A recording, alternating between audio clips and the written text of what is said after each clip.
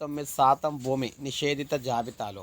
రాష్ట్ర వ్యాప్తంగా 22ఏలో 1.95 కోట్ల ఎకరాలు దేవాదాయ వక్స్ భూములతో పాటు పట్టా భూములు అందులోనే ఉన్నాయి. సంస్కరణలకు చర్యలు చేపట్టిన ప్రభుత్వం. నిషేధిత జాబితాలోని పట్టా భూముల్ని జులైలోగా తొలగించాల్సిన బాధ్యత కలెక్టర్లదే. రాష్ట్రంలో 22A నిషేధిత జాబితాలోని భూముల విస్తీర్ణం 1.95 కోట్ల ఎకరాలైతే ఉంది. రిజిస్ట్రేషన్ స్టాంపుల శాఖ లెక్క అన్నమాట ఇది.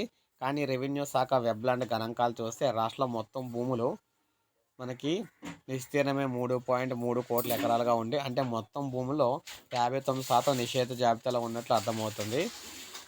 నిషేధిత భూములను సంబంధించి రెవెన్యూ, దేవాదాయ, వక్ఫ్ శాఖల వద్ద ఉన్న జాబితాకు, రిజిస్ట్రేషన్ శాఖ వద్ద ఉన్న జాబితాకు భారీ వ్యత్యాసం ఉంది.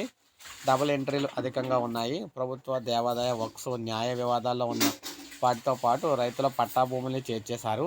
22A బంధనాలు నుంచి బయటపడలేక పిల్లల చదువులు, పెళ్లిళ్ళు, అప్పులు, ఇతర అవసరాలకు భూములు అమ్ముకోలేక అన్నదాతలు కొన్నేళ్ళుగా అవస్థలు పడుతున్నారు. 1కి 10 సార్లు అర్జీలు ఇస్తున్నా పరిష్కారం కావటం లేదు.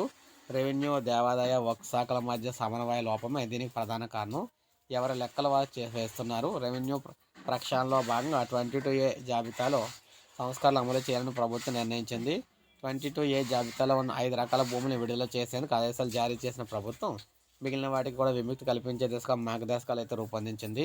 వెబ్లాండ్ 1.0 గ్రామాలకు సంబంధించి 22A డేటాబేస్లో ఉన్న అన్ని పునరావృత నమోదును తొలగించాలని రిజిస్ట్రేషన్లు, స్టాంపుల శాఖను ఆదేశించింది. రీసర్వే పూర్తి కాని గ్రామాల్లో పాత IGRSలో నమోదైనవే కొనసాగుతాయని చెప్పి పేర్కొంది. 14 లక్షల ఎకరాల పట్టా భూములు జూలై ఆఖరుకు తొలగించాల్సిందే. రైతులకు చెందిన 14 లక్షల ఎకరాల పట్టా భూములు నిషేధిత జాబితాలో చేర్చినట్లు రెవెన్యూ శాఖ గుర్తించింది.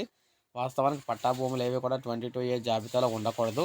అయినా రీసర్వే సమయంలో, వెబ్లాండ్ నవీకరణ సమయంలో పెద్ద ఎత్తున అయితే చేర్చారు. పట్టా భూముల్ని నిషేధిత జాబితా నుంచి తొలగించాల్సిన బాధ్యతను కలెక్టర్లకు అప్పగించింది.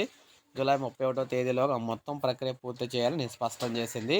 పట్టా భూముల్ని 22A జాబితాలో చేర్చాలంటే ఈకేవైసీ నోటీసు ఇచ్చాక విచారణ చేసి ఉత్తర్వులు ఇవ్వాలి. అప్పీలు గడువు 90 రోజులు ముగిసాకే నిషేధిత జాబితాలో చేర్చాలని స్పష్టం చేసింది. ఇక వెబ్లాండ్లో దేవుడి భూములు కూడా 97,000 ఎకరాలు ఉన్నాయి. వెబ్లాండ్ సమాచారం ప్రకారం రాష్ట్రంలో దేవాదాయ భూములు 97,000 ఎకరాలే.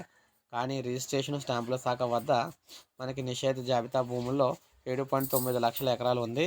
అంటే వాస్తవ విస్తీర్ణానికి 7 రెట్లు అధికం అనమాట. దేవాదాయ శాఖ మాత్రం 4.67 లక్షల ఎకరాలుగా చెబుతుంది. ఒక సర్వే నెంబర్లోని సబ్ డివిజన్లో దేవాదాయ శాఖ ఎకరం భూమి ఉంటే ఆ సబ్ డివిజన్ మేరకే 22A నిషేధిత జాబితాలో చేర్చాలి. కానీ అధికారులు ఆ సర్వే నెంబర్ మొత్తాన్ని, అంటే అందులోని 10 ఎకరాలను కూడా చేర్చేశారు. దీంతో వాటి పట్టాదారులు ఇబ్బంది అయితే పడుతున్నారు. దేవాదాయ శాఖ కమిషనర్ వివరాలు సరిచూసి సర్వే నెంబర్లు అయితే తెలియజేయాలి. ఇక వక్స్ భూముల లెక్క పెరిగింది. వెబ్లాండ్ సమాచారం ప్రకారం వక్స్ భూముల విస్తీర్ణం 11,672 ఎకరాలు. కానీ రిజిస్ట్రేషన్ శాఖ లెక్కల ప్రకారం 86,000 ఎకరాలుగా ఉంది. అంటే 7 రెట్లు అధికం.